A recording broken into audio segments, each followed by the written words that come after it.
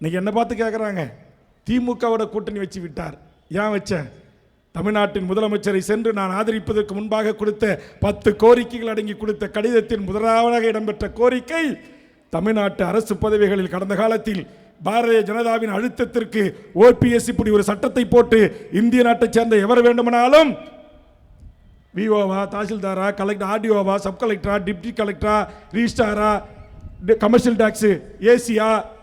இப்படி எல்லா பதவிகளுக்கும் வரலாம் அப்படின்னா 10 வருஷம், 5 வருஷம், 25 வருஷம் ரிட்டையர்ட் ஆகும்போது அவன் சீஃப் செக்ரட்டரியாக, ஏடிஜிபியாக, ஐஜியாக, டிஜிபியாக இந்த நாட்டில் எல்லாம் வட இந்தியாக்காரன் தான் இருப்பான் என்று